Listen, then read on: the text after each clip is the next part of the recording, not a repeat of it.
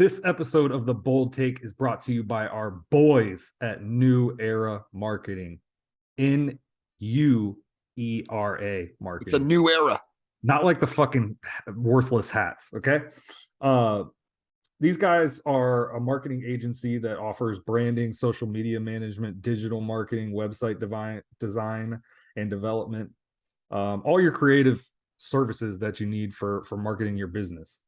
That's right, Sai. They're a local agency with an office right here on Hendricks. I said local agency, Jacksonville, got an office on Hendricks and San Marco. Super passionate about supporting local businesses, which they represent a lot of them here in Jacksonville as well. One of the really cool things about them is that they're intentionally a small team of marketing experts, right? So they're offering these boutique services to brands, but they're delivering some really big results with none of the fluff or the BS that tends to come with when you hire one of these huge marketing firms. And most importantly, they're huge Jaguar fans. So if you see them around the stadium, make sure you stop by and say what's up and give them a follow on Twitter. So if you or anyone you know is in need of a marketing agency, just start with our guys at New Era. They've got an awesome website with recent work examples, perfect 5-star ratings from their clients. All you got to do is Google them, N-U-E-R-A Marketing. Check them out. Welcome back to a regular season, the first regular season edition of The Bold Take. We are joined this evening. It's not joined, but this evening it's the main man, E. Dilla, the Dillical, aka the Big Dilla Stottle, aka Mr. Scoops. Solly's playing on the injured list tonight, so we are we're down a man, but much like the Jaguars, we're gonna give it our best effort and just try to plow through this without our glue guy. We're missing our glue guy. That's what we're missing, Dilla. We're missing our glue guy, the guy who holds it all together. We really are, but ironically, did you see the Jaguars injury report today? There was nobody on it. So you're saying that he's not the glue guy? No. He's our glue guy. I was just saying it's ironic that the Jaguars had no injury, and we're down a guy ourselves. Yeah, it's a bad analogy on my part, more so than anything. But yeah. Anyway, so the Jaguars played a regular season game, and we're first and foremost on this episode, we're going to get into kind of our takes from the game, and we'll get into a little bit of a preview of what our thoughts surrounding the Colts game this weekend. The Colts make their annual trip to Jacksonville, and then we're going to get in the JagBag. So we're going to try and plow through this episode this evening and, just try and get ourselves to the home opener. So Dilla, your thoughts. It was funny watching the timeline during the game, right? I mean, it was like different waves of emotions, and I was a big part of that myself. What are your thoughts overall? Couple nights to sleep on it now. What are your thoughts? I think overall, the biggest question mark moving forward, it's the left guard position. So I think like that's the biggest thing. Like, do we see better offensive line play, especially in pass protection?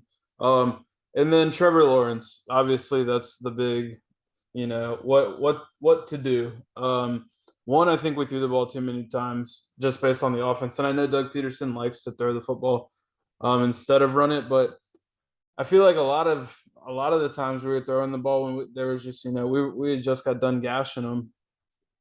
And they came out in the second half. We were giving ETN the ball. He was making plays on the ground. You know what I mean? Mm-hmm. It just seemed like it was something we got away from when the Washington Commanders never made us get away from it. So the offense, left guard, the offense, that's really all I have a huge question mark on. I'm not upset at what happened. I feel like it was really cool to see the group bounce back after playing. They played pretty terrible first half, all things considered. And then I think they were down like 14-3 at half, was it? Something like that. Usually when the Jaguars go down 14-3 at half, it's 31-10 real quick. You know what I'm saying? And really, for the next, 20 of the next 30 minutes of the second half, the Jaguars really dominated the game. They just kind of let it get away from them. They almost were like, holy shit, we just did that. And then they didn't know what to do when they got there. So I think it's an obvious stepping stone. And a year ago, we said straight up, all we want is to watch competitive football. Well, we've played one game and we've got one competitive game. So I'm still positive in the sense of like looking forward to the future. The things we saw that were negative, they're all fixable. There's a lot of stupid stuff in there, but it's all fixable. So moving forward, I do think it's just very small things to worry about. And as the season goes on, the small things they'll snowball and they'll bother us more. But for now, overall, I'm feeling pretty good. Even if we're 0-1, we'd rather be 1-0, but I'm an optimistic 0-1 still. Interesting. Yeah.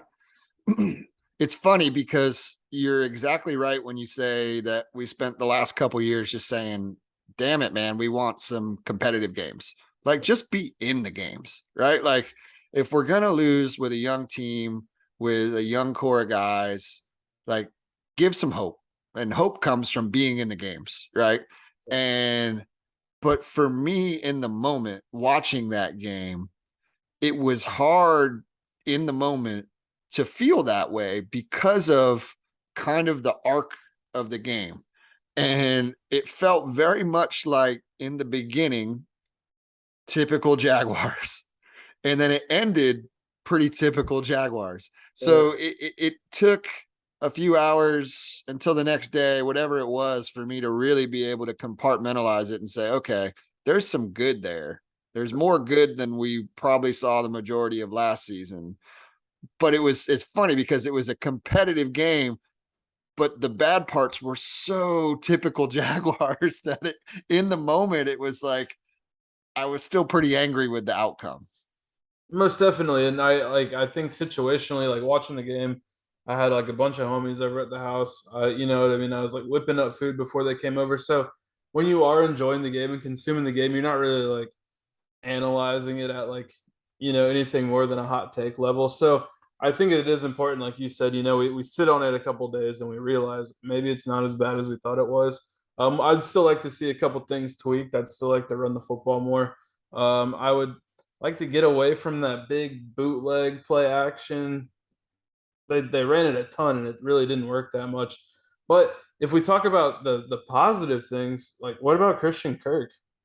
Like that dude was they couldn't cover him. He was just as nasty as Samuel was on the other side, for the Commanders. I mean, So he's everything that, like, when you talked about, when you listen to people who said, hey, he's a good player, the value on that contract may be a little high, but he's going to be a good player, and here's how he wins, right? Like, when you talk to the people who understand and like have really watched him and understand his game, that's how he won on Sunday, right? I mean, from the slot, a lot of the same type of routes that he's been good at the last couple of years. You could tell they took what he is good at and they built it into the offense, and yeah, I mean, he looked dynamic with the ball in his hands. I thought, our boy Zay Jones, friend of the program, had a couple of good moments as well. He seemed to be getting a little bit of separation. That was, for me, when you talk about the offensive side of the ball, James Robinson aside, I mean, that's got to be the story, like, of all of everything, right? In the sense that a dude who, like, 7 minutes ago tore his Achilles, and he came back and he looked, it was so great to see him make that first run, that first one that he broke. He hit that hole, planted his foot, hit that hole, and went and got ran down like he's always going to get ran down by like a safety or a linebacker. But it was so cool to see that, because he seems like a great dude. B, it obviously makes us better if he's anywhere near what he has been in the past. So that aside, for me, the story on offense, if we're looking at the positives, was really I thought about this afterwards. In the moment, I was just kind of like, oh yeah, good play. He was actually open. We have open guys. But to see a game plan and an offense that's been put together where guys are schemed open. Yep.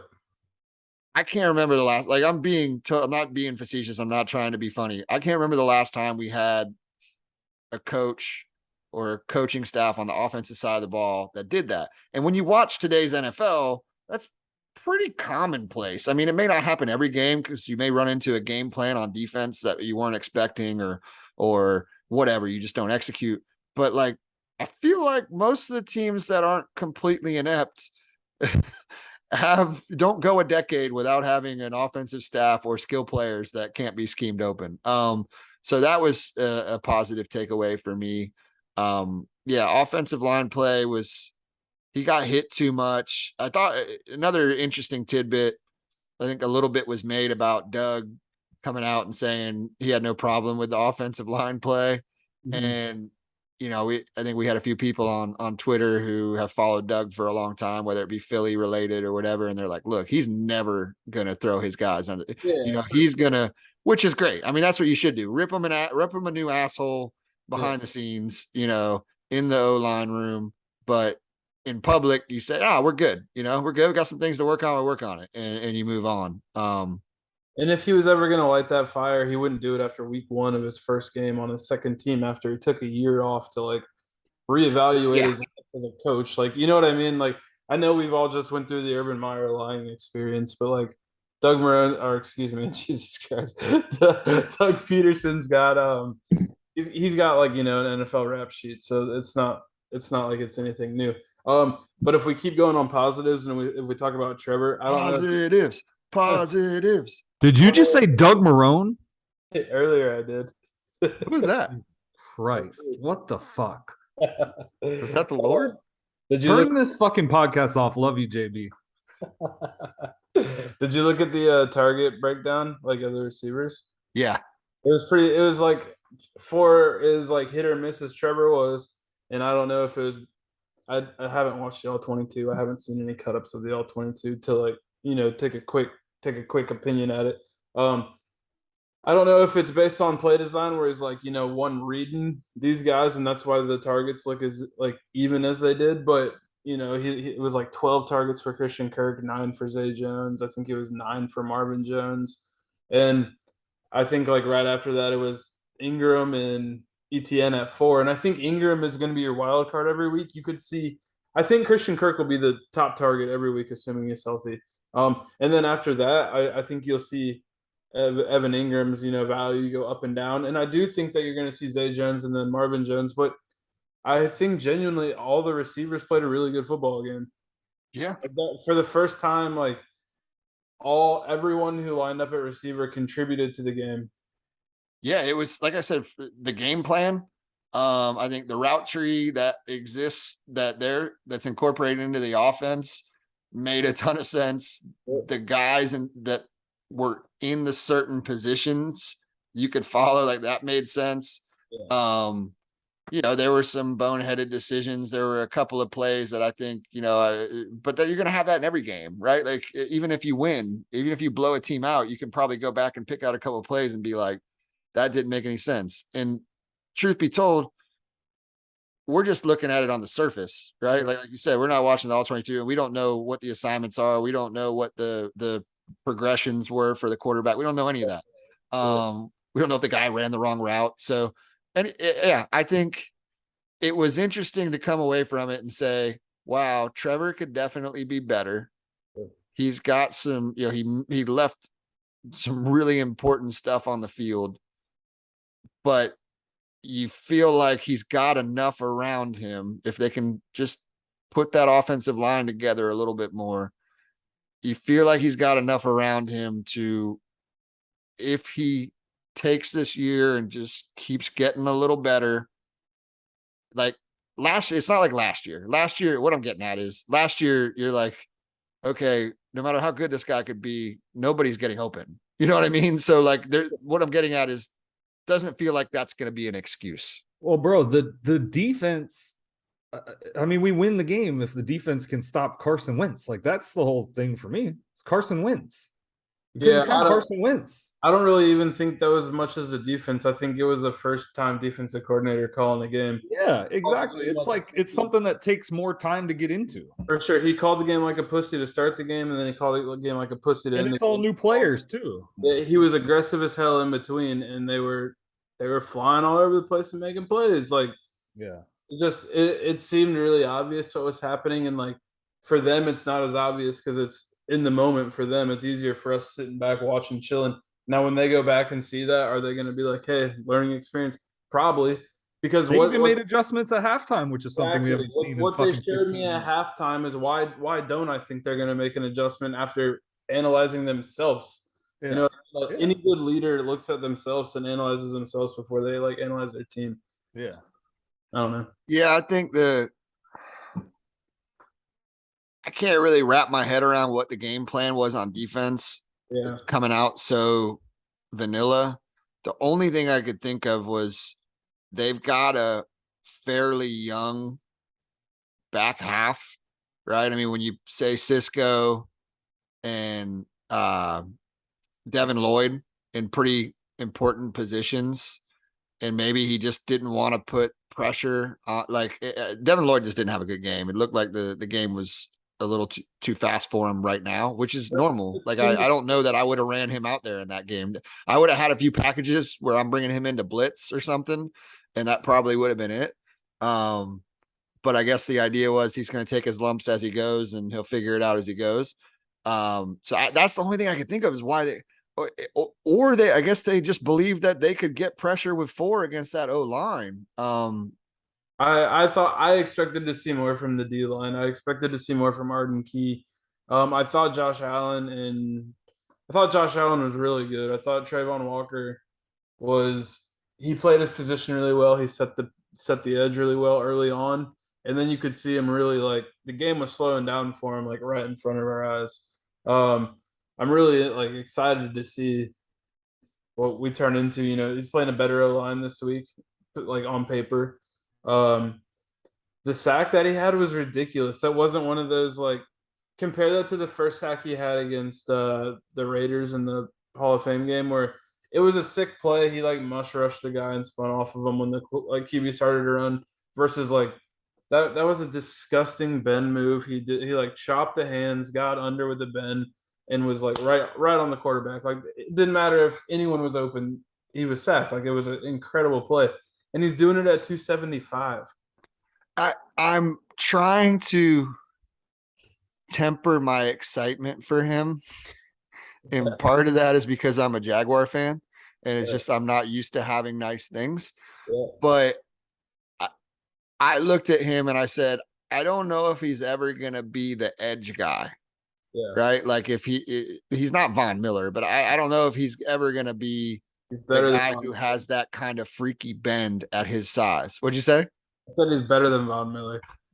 He's like if Von Miller and Javon Curse like had a Shrek ogre baby. I know everybody says the Javon Curse thing, but the arms, man. It's the arms, but Javon, I mean, listen, if he ends up being Javon Curse, like I'll be walking around with an erection inside the bank every other Sunday. At this point, what do we have to lose? Just call him Javon Curse, and if he's not it, so be it.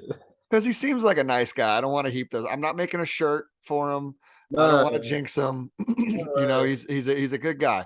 No, but that, to your point, that play was like when you go back and you watch that, you're like, huh. Yeah. Okay.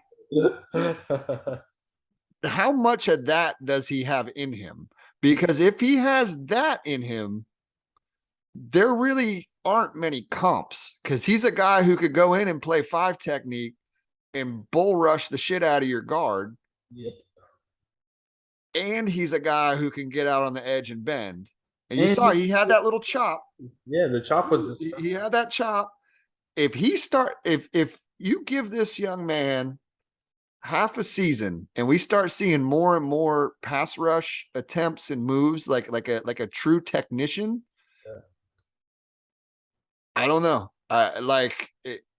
Again, I'm not used to having nice things, so I can't even really fathom what he maybe could be.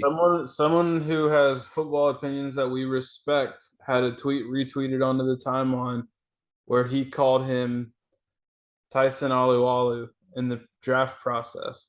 And what was his big knock? Like, you know, if he's good, he was going to be a run stuffing guy who got pressure from the inside. And it was a healthy Tyson Alualu, you know, the prospect that they were comparing him to. And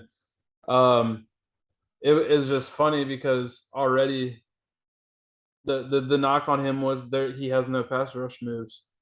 what he just did to that Samuel Cosme cat or whatever the hell his name was assault. That was like holy shit stuff. Yeah. That was like hike on the quarterback. I don't know if Josh Allen's done that in a long time. Yeah. Josh Allen. This guy's different than Josh Allen. Yeah. What's interesting is if they can find another guy, Yeah. and then you can really just let him be a hybrid. That's when, the defense, I think, becomes really, really versatile. And 275, if he can play on the edge or he can play 3-tech over a guard center, Freak. or if he plays 5-tech and just bull rushes tackles. I mean, he could. Dude, I want to see more of in this with Fatu Kasi in there and Hamilton, like some of those bigger dudes, and even Roy Rogers or whatever his name is, Roy Robertson Harris. All right, Urban. What Adam Glances. I want to see more Adam Glances. I want to see more games, dude.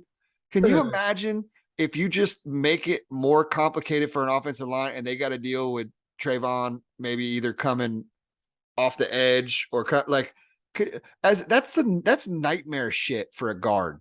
If you got this guy who it's, you know what it is? It's freaking Adam. It's what's his name? Alden Smith and what was it? And not Jason Smith. What was the white guy who played 5 technique for the 49ers? Oh yeah. He was like an all pro too. But like all that dude did, like Alden Smith, his entire 4 years where he was lighting the league on fire, he had 0 pass rush moves. Right. They had homeboy who would come in and basically just clear enough space on a game. Yeah. So Alden Smith could take advantage of his athleticism against a guard or a center. Let's see a little more of that. I don't know. And this is an interesting week. If they can manufacture some pressure with looks and things maybe that Matt Ryan hasn't seen on tape. Matt Ryan's a statue, dude. Yeah, I was going to say Wentz is way more mobile than Matt Ryan is. Yeah, he's a statue.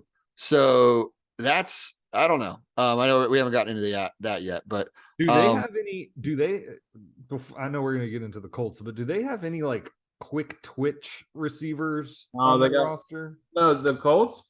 Yeah. Good ones? Yeah. They got my boy Alec Pierce. No, he's not quick twitch. He's like, he's straight line speed. Yeah, what I'm getting at is like Matt Ryan's smart enough to get the ball out quickly, but if they don't have a quick twitch dude who's open, like Curtis Samuel was just like all over. They don't have one of those guys. Yeah, like so.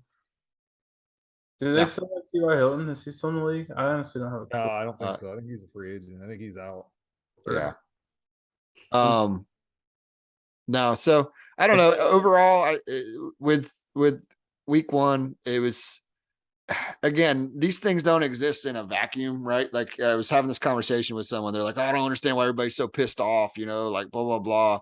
Like I thought they looked better, this and that. And I'm like, look, dude, I don't really judge anyone with their emotions when it comes to the Jaguars anymore. Like it's been such a waste of time, energy, and money for most of the fans out there for so long that I get it. Like it doesn't exist in a vacuum. If it did, if we were a normal franchise that's just coming out of a little bit of a dry spell, yeah, you can look at that game very, very reasonably, but the reasonableness has been thrown out the window when it comes to watching the Jaguars. So it's interesting. The context surrounding the last 5 years is important as well. This episode of The Bold Take is brought to you by Boz Executive Transportation.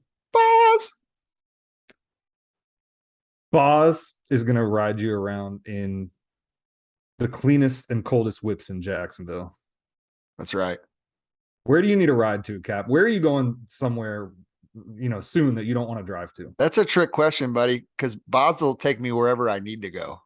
Ooh, what's he going to take you in? He's going to take me in whatever I need, right? He's got 50 plus passenger buses that he's got access to. He's got black car service, whether you just need an old school town car, you want to ride in an Escalade or a Tahoe, fully tricked out, limousine, my guy's got it. All you got to do is hit up Boz on Twitter at Jack's Boz. Look up Boz Executive Transportation. All his information's there.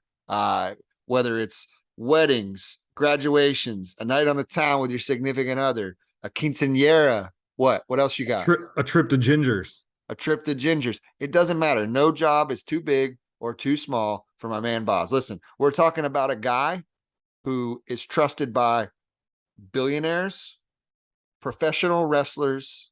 He's given transportation to Mike Tyson. You name it, the guy runs the gamut from the ultra important, the elite, the rich and the famous, to just the regular Joes like your boys here on the Bold Take. So holler at Boz if you need a ride. At Jack's Boz on Twitter, Boz Executive Transportation. So we shall see. Moving on to before we get to the JagBag, moving on to the game this weekend. The fact that so many people on the timeline and so many people, like, the narrative is just the Colts never win here. I am fully expecting us to lose by double digits. Again, and that's not some astute analysis based off of anything other than I'm a Jaguars fan, and generally speaking, anytime we come into something that confident, it doesn't go well. Am I wrong to think that way? Are you guys aligned with me? Definitely expect 0-2. Yeah, I don't think we're gonna win the game, but I think we'll play a good, close, competitive football game again. We'll be having the same conversations next week because we're cowards and we're afraid to say that the quarterback's bad. So we'll see what happens. And me and Dillard will pay $150 to go to every game this year. We're this close. You I bastard. mean, total, not per game, total. Yeah, no, I knew what you meant. I'm well aware. Clarifying for everybody out there. And then $2,000 over here for my tickets for the year. More than that, actually. Right behind you. I don't even know how much 4 tickets is in my section anymore. How much is that? Too much. Yeah, they pay. It's just kind of an automatic payment. Yeah, I don't know that I have a bunch of analysis leading up to the game. It also, if you're placing things in the columns of we're gonna win or we're gonna lose and why, I think the juju and the overconfidence and all of that stuff, and then them being the Jaguars is over here in the why I think we're gonna lose. One thing that I would add to that is that the Colts apparently looked like absolute dog shit in their game last week, which again, you kind of throw that over here into this is why I think we're going to lose. They're going to beat our ass. And then also you put on top of it that they have a legitimate axe to grind. Like, they have a legitimate, like, chip on their shoulder because we ended their season last year. I got to say, folks, I'm not trying to be a negative Ned here, but I don't like our chances. But see, here's the thing. All those things you listed are why why I also think we're going to lose. But if we ignore all that for the same reason, we're only focusing on that, I think there's a decent chance we win. Like, they have all these good players who are all of a sudden getting hurt, right? So Buckner is all of a sudden on the injury report, didn't practice. Alec Pierce, today's Wednesday, all of a sudden he's got a concussion from the game on Sunday. Like, are you kidding me? That's kind of the positive juju shit that we might want to, like, maybe focus on. This man said, if you ignore all that shit that I totally agree with you about, here's the other shit. Listen. I wanted nothing more than to win that fucking game this past Sunday. Start out the season.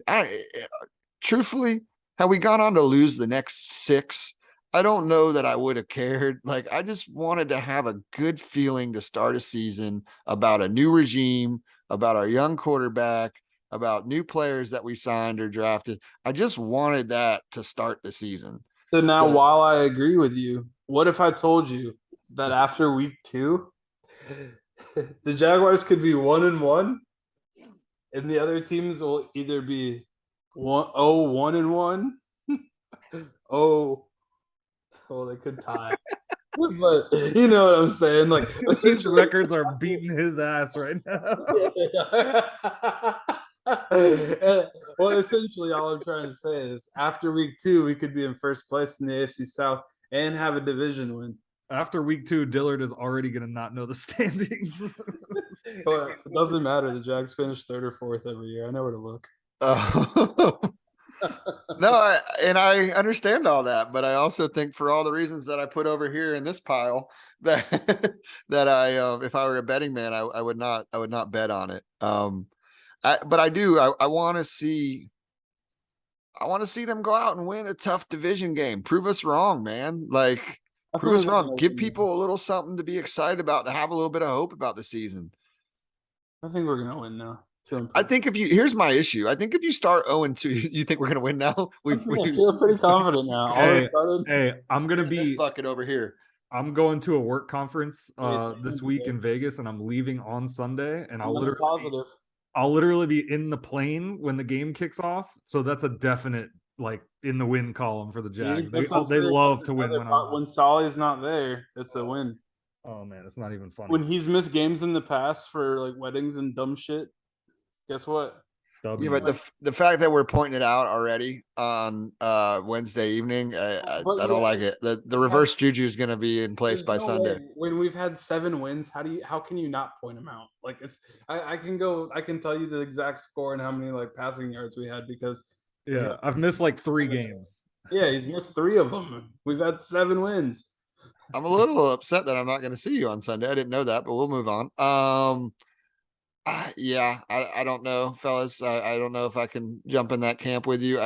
Here's what I'm just confident. I'm not overconfident. I love that. I'm not even trying to shit on your confidence. All I'm saying is what scares me is when I look at the schedule, if we start 0-2, I really think 5, maybe 6 wins is like the ceiling. Yeah, and what really matters is like teams that go 0-2, like 90% of them have never made the playoffs ever. So like your season ends if you go playoffs. Yeah, don't talk about playoffs. I just want to have some fucking hope. You know, like I remember going into 2017, and granted, everything kind of fell our way that year, obviously. But I remember going into it having zero hope. I had zero hope. And it was nice to be surprised. I just want to be surprised again. Because here's the thing. I had hope going into last season because of Trevor. Yeah. And that like we would see, like at least we would see this stud new young quarterback that was ours, and we'd have that to hang our hat on. I don't know that I'll ever go into another season with hope again. So all I can do now is just pray to be surprised. Like I can just hope to be surprised and proven wrong. The home opener last year, or the season opener in Houston last year, was so bad that I was like happy I couldn't make it to DC. Oh, no bullshit. How did you feel after sitting in those stands in Houston last year in game 1 when we thought we had a win lined up? We thought we had a generational franchise quarterback. They had a terrible team. All the Deshaun Watson shit was one of the worst experiences at a sporting event I've ever been to. It was awful, man. But when the game started, when you're watching the game on Sunday against the Redskin Commanders, and it started 14, Trevor missed that throw. Like, dude, we were all talking about it. Oh my God. I was like, because Dylan, remember you and I, like we talked about maybe going, and Zona was maybe going to go. And I was like, this is going to be another freaking boat race, and I'm so glad I'm not there. Dude, I told Sally at 14-3, I said, dude, I'm so glad my bed's in this house. Like, no travel. I remember thinking to myself, like, I don't know that I'll ever go to a week 1 road game ever again. Like, because I thought it was just, oh my God. If I would have been there, if you could, dude, could you imagine if we would have been there and we went down like 14-0, 14-3 or whatever? I would have been despondent. I would just like, I'm going to the Washington Monument. Fuck this. If you got a door and it's squeaking bad, who you gonna call? A1 Sliders. 386-538-6835. Duval, get you a free estimate from our boys at A1 Sliders if your sliding glass door sounds like shit, and they will make it sound like nothing. I think that's what Dillard was getting at, wasn't it? Who you gonna call? A1 sliders. Sliders. You can also check them out at a1sliders.com. You know, they got all the info up there. But what they're gonna do is make your rusty door not rusty. Yeah, free quotes to people. Free quotes. There's no obligation. Look them up online, give them a call. Get your janky ass door fixed. Get you a new one. That's one of those things that's like worth every dollar you spend on it, man. You don't even realize how bad that thing's stressing you out until you get it fixed. So go do it. A1sliders.com. Anyway, all right, let's do some JagBags. JagBag. JagBag. For those that don't know, it's the interactive segment. It's where you give us questions. Hashtag. Got to use the hashtag. We put the call out. It's been a minute since we've done a JagBag, fellas, but you give us your best questions, Jaguar related, football related, life related, whatever. We're here for you. And then we answer your questions here. It's breaks it up a little bit. It's not just us talking about our not so great football team. So let's you got one to start with, fellas? Yeah, I got one. All right. Christian at Slot Fade writes in and says, how much better of a left guard would Travon Walker be over Smoothie Man? Hashtag JagBag. Well, first, I think it's important to correct him, and that's Smoothie Boy. You play like a boy, you get called a boy. So Smoothie Boy, Travon would easily be a better left guard, and I think it was Baldy who said it today too. He'd probably be our best tight end also. Oof. I mean, that pick was a hell of a catch. Yeah, and then the way he like took off afterwards. Catch radius is definitely like super high. Crazy. I've never seen him throw a football, but nothing would surprise me. Like, he might be our best quarterback too. I don't know. I think he could probably line up. There's one position I do think that he couldn't be the best player on our team at, and that's definitely punter. But other than that, nothing's off limits for me. Yeah, he's definitely got a shot at kicker. That's for sure. So I've got one here. Our friend Duval Doom just simply asked, should I cut my hair? And he gave us an interesting photo to go with it. And Johnny, the answer is yes, you should cut your hair. But I'm going to give you a compliment.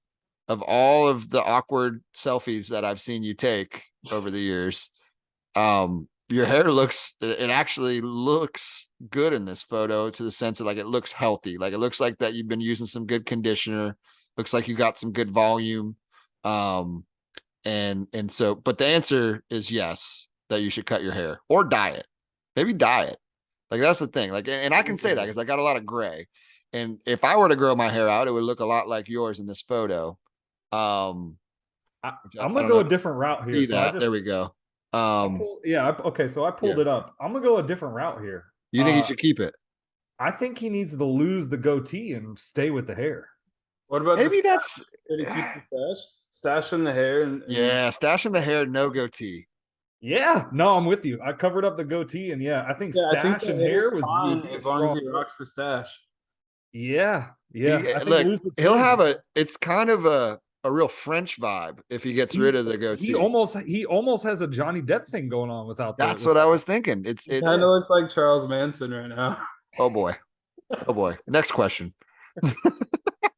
Love you, Johnny. I think it's a good photo for your hair, man. Lose the chin. Yeah, I honestly think he could rock it if he lost the patch. Yeah. I think that's it. Yeah, man. Hey, honestly, I feel good about that. And it's the mullet is trendy right now. You have the ability to pull off a mullet. You've done the hard part. No, I think he needs to, I kind of like the long and the gray, actually, to be honest. I just, as someone who has crossed over to the gray side, I can't, my hair gets to a certain length and I can't do it. Hey, buddy. I got it. Gray is better than the alternative when you start getting old. Well, it's like my old man used to always say, because I give him shit, and that's probably why I'm in my late 30s with the gray beard, because that's how karma works. But I remember giving my old man shit back in the day and being like, oh, damn, Dad, you're only blah, blah, blah. Look at all the grays. I see all the grays, pointing out all the grays and all this stuff. And And he used to say, he's like, my old man always used to tell me, I don't care what color it is, as long as it's still on my head. He said, because it's a lot easier to dye it than it is to make it grow back. Ding. And so that's fair. That's fair. So there you go, Johnny. You got a nice head of hair at your advanced age.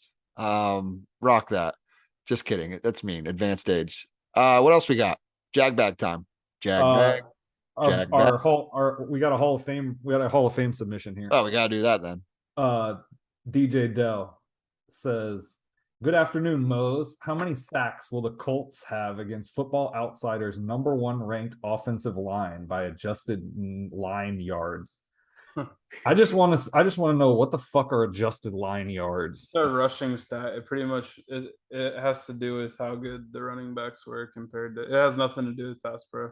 Okay, so yeah, it's all because our backs had, because we ran the ball 15 carry. times for a bajillion yards. Yards per carry was high. Okay, so Dell, I'm gonna have to admonish our Hall of Famer here. You're asking a passing stat about a rushing ranking. See what I mean here? Doesn't really jive. It doesn't also jive. Gonna go with about 5 sacks.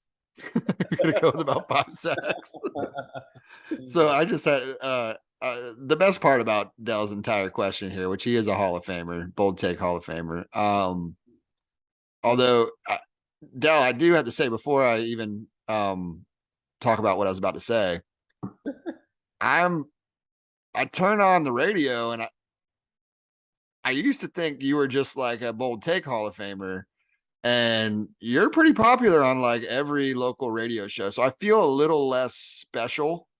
Because I can turn on like the midday show and they're like, "Oh, shout out to our guy Dell, like he did another good video or tweet." And Brent Martineau's show, I tune in, they're like, "Oh, Dell did, Dell just tweeted us something," and I'm like, I feel a lot less special, guys. Like I thought Dell was like, well, Dell should be thriving, but at the same time, Brent needs to probably give us proper credit. We kind of discovered Dell a little bit. You know what I mean? He was out there. What it is? It's like he was out there cranking it out.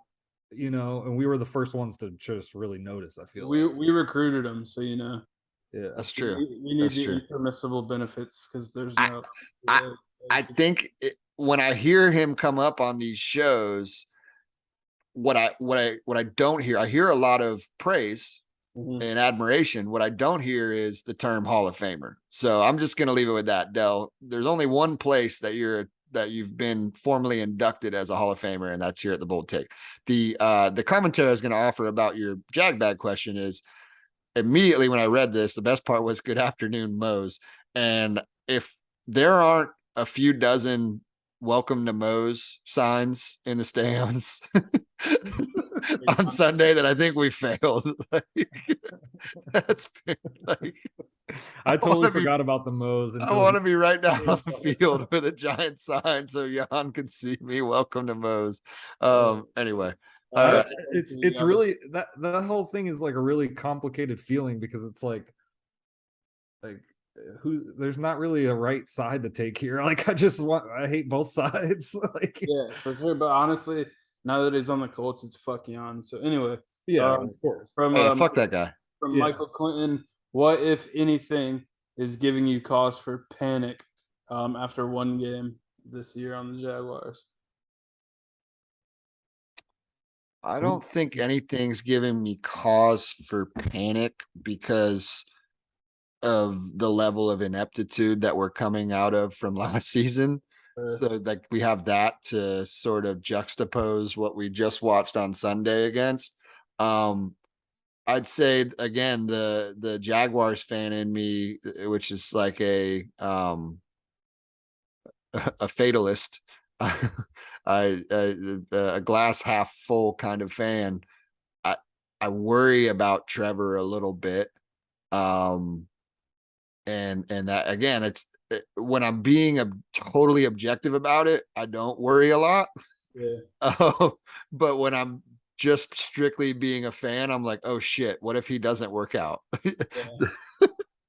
I would say not panic, but I think one of the most concerning things was the coverage from the defense was a lot concerning.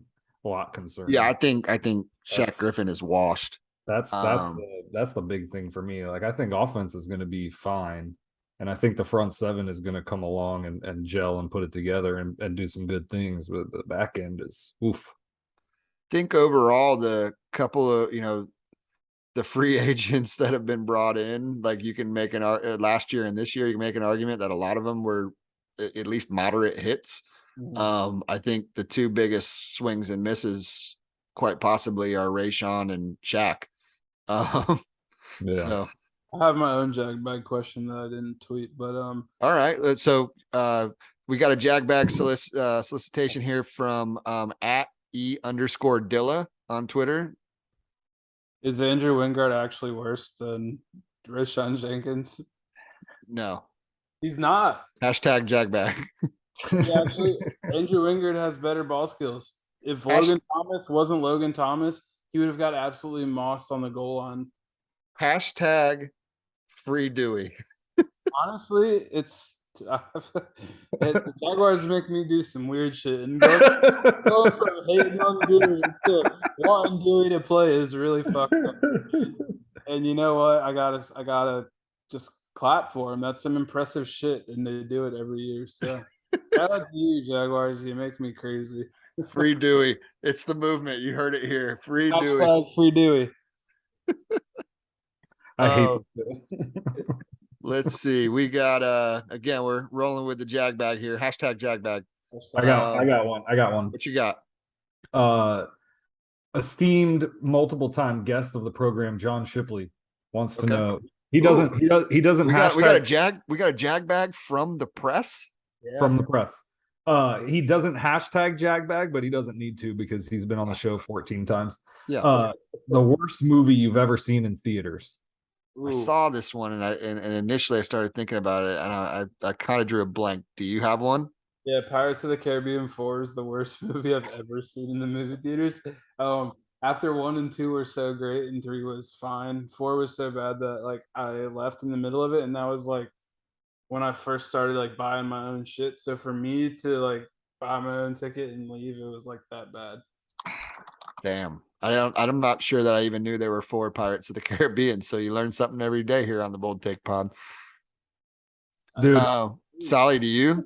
I do have one. So and I just Googled this to see what year this movie came out. It was 2001. So I was 13, 14.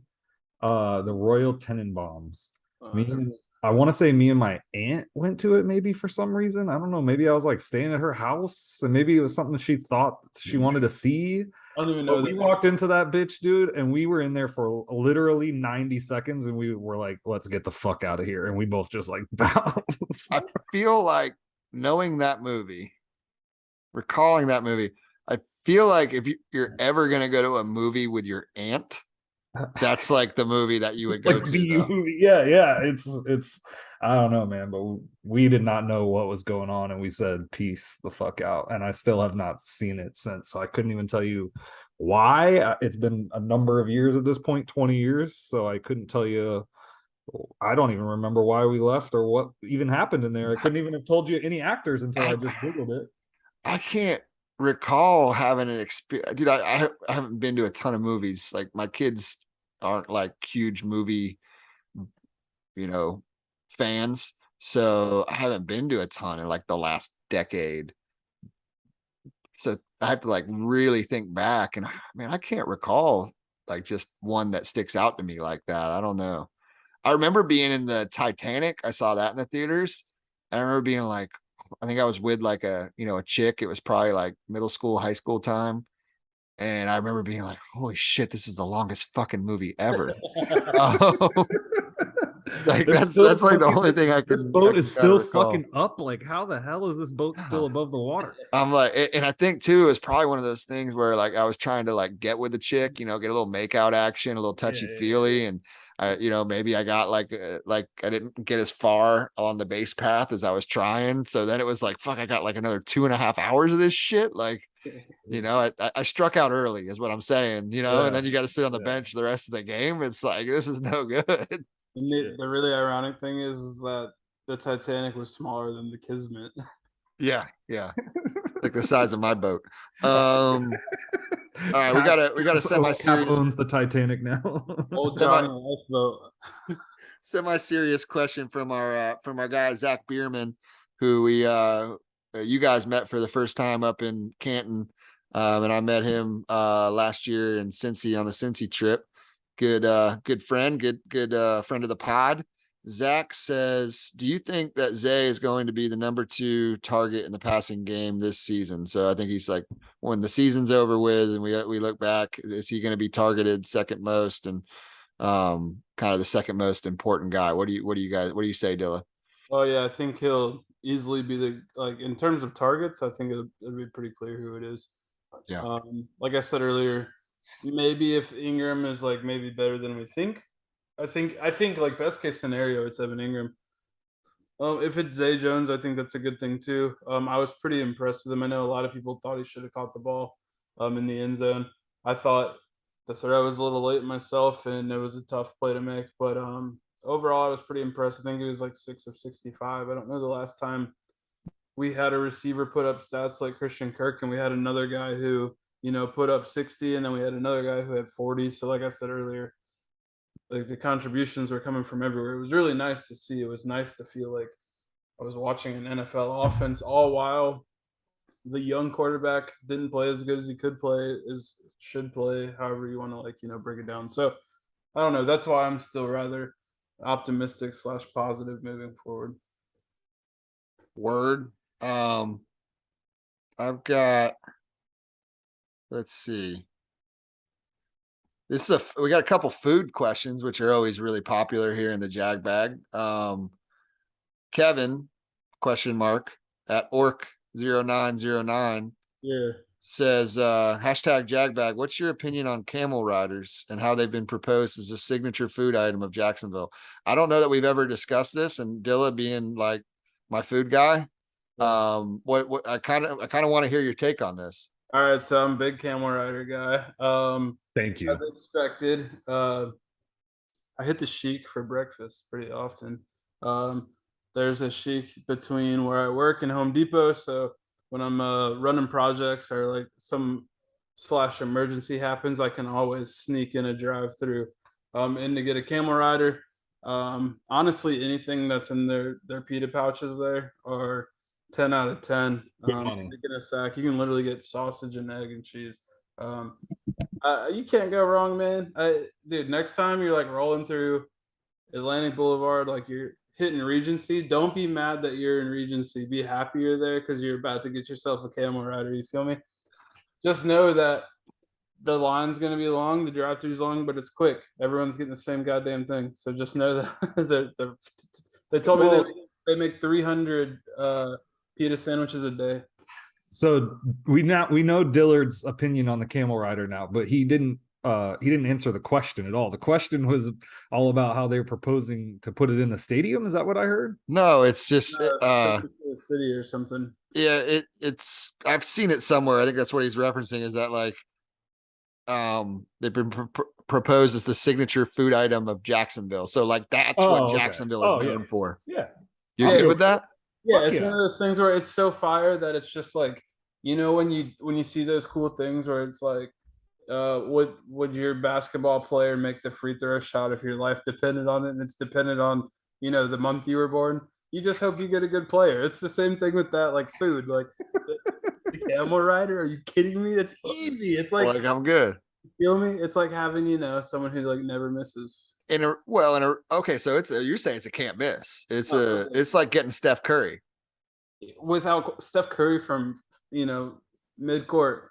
Wow. Okay. All right.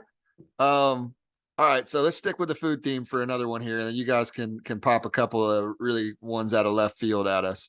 But sad Jags fan in Indy. Yeah. He says gonna be down from Indy for the game and need a recommendation for the best pizza to get after the game when we are at our hotel. Hashtag JagBag. I know we all have takes on this, and there aren't very many things that I'm gonna stand up and pound the table and say that I am the expert in this, but local pizza is one of the, or just excuse me, pizza in general is one of the things I'm passionate about in life. But so you didn't just ask what the best pizza was in town. I don't really know where you're staying, sad Jags fan. He's staying on the Riverwalk. Is he? Yeah. Okay. So that, that's that. If you want it delivered to your hotel or something that you can scoop up, that obviously Jacksonville is much larger than Indy, and especially Indy downtown. So, I got, Solly, what's your take there for things if you're staying near the Riverwalk on the pizza front? I honestly, one of my favorites, I mean, it's not exactly close to downtown, but it's not far, is in Avondale. It's Ale Pie House. It's just very like simple and traditional, and they use quality stuff, and it's always good. It's always it's just authentic. You're not a far stone's throw from Crispies, so you can always go for a Crispies, which is always hits the spot. It's not one of your like premier pizzas. It's not up to like Cap snuff of the pizza that Cap is looking for, but it's good stuff. I mean, you're leaving out your spot in Riverside. Carmine's. Yeah. Carmine's is fine. Carmine's has slipped a little bit in the past. Has it? Yeah, it's not what it once was, in my opinion. The problem with Carmine's is a common thing that happens with a lot of restaurants, is your menu's too big. When you got a massive menu and you get everything from like, Tasmanian cheese fries to fucking, pizza to shrimp and grits, like you can't be good at all of that. Like it's just not possible. Honestly, Carmine's for me, the go-to is wings now. Their wings are pretty fire. Okay. But I like Ale Pie over Carmine's these days. Have you tried Pie 95? I have. Pie 95 is not bad. It's not. I haven't had it since their brick and mortar. I used to get the food truck every now and then. So it's Neapolitan style. You got to like that. It is very much its own lane. Correct. Speaking of own lane, we should put him out of business with Pie 10. Here all week. Pie 10, and we just make like Pie 10, and we just make like some really fire shit, and we connect our restaurant to their restaurant. I gotta say, one of the things, I follow homie on Instagram. This is some free promotion for all these places, but I follow him on Instagram.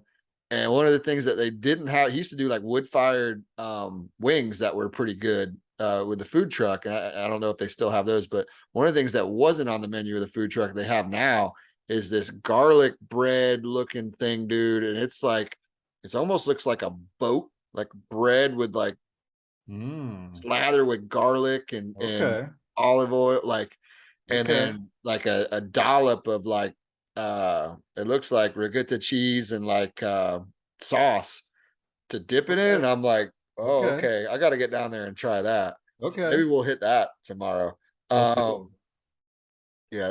Anyway, I don't know, man.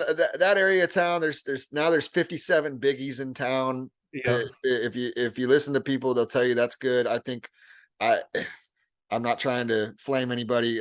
Their dough just doesn't do it for me. It's kind of like cardboard, which is, it looks the part, looks like these big nice slices, and then I'm just always underwhelmed when I like mine. I like a little bit of soft chewiness. That's what I like in mine. So that's kind of why the Neapolitan even is like, it's kind of there, but it's not all the way there. Another place that's the most soft chewy you can get.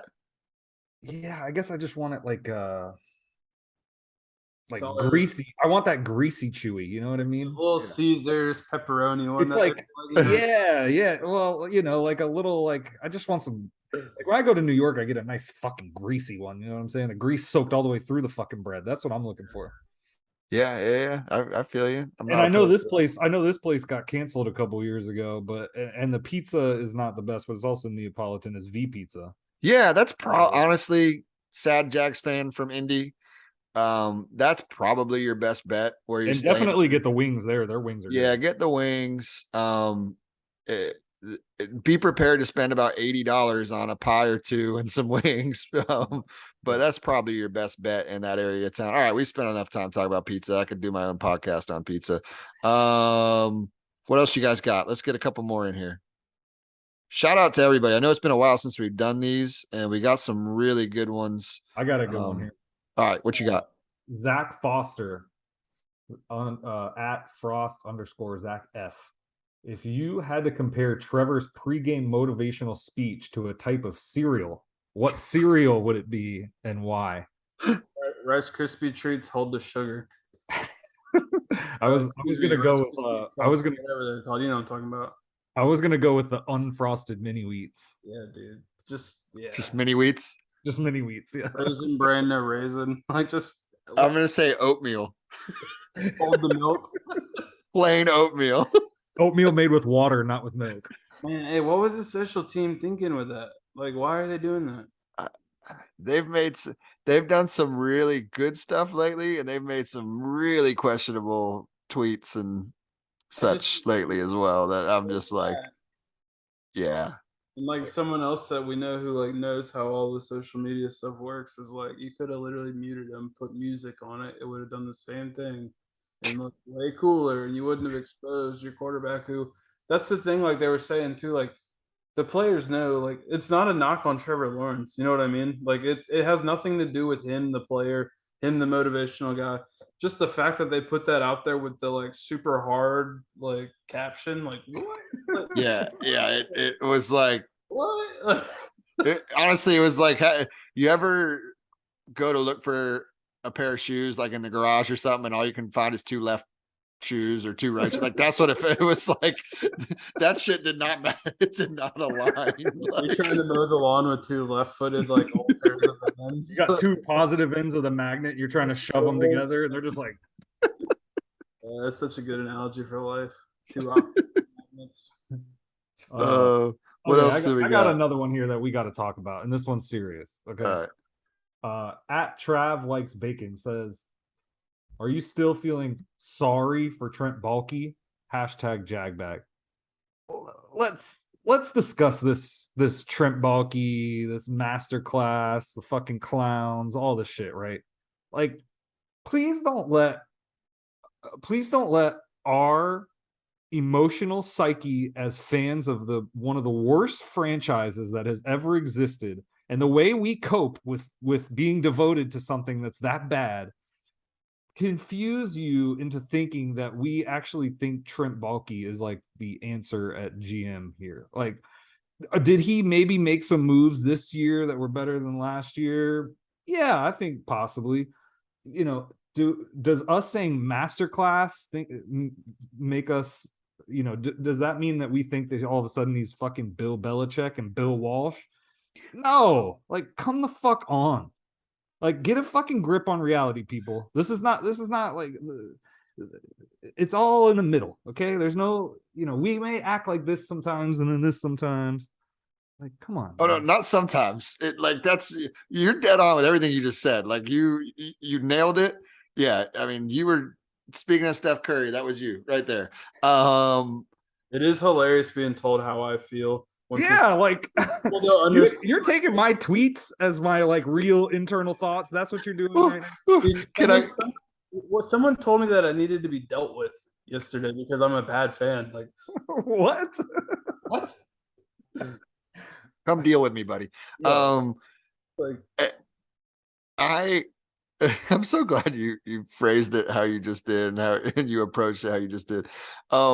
The perfect example, I don't know if you guys were looking at my tweets of the game Sunday, but like I was flaming everybody in the first half, and then I immediately was like, no, we're only positivity. Don't enter my timeline without positivity. And I was saying the nicest things that you can say about everyone, even when they made a mistake. And it's like, that's what I want people. And unfortunately, the people who really hate us and follow us or whatever, they probably don't listen to this, especially to this point of the podcast. If they click it at all, thank you. But I just have to put this out there. It's not real us, like you have to understand, especially with the three of us, a solid 79.3% of what we tweet out is just fucking jokes. it's us coping with it. It's us, something popped in our head. Like, it's our way of just getting through, like Solly just very like eloquently put, like getting through all the shit.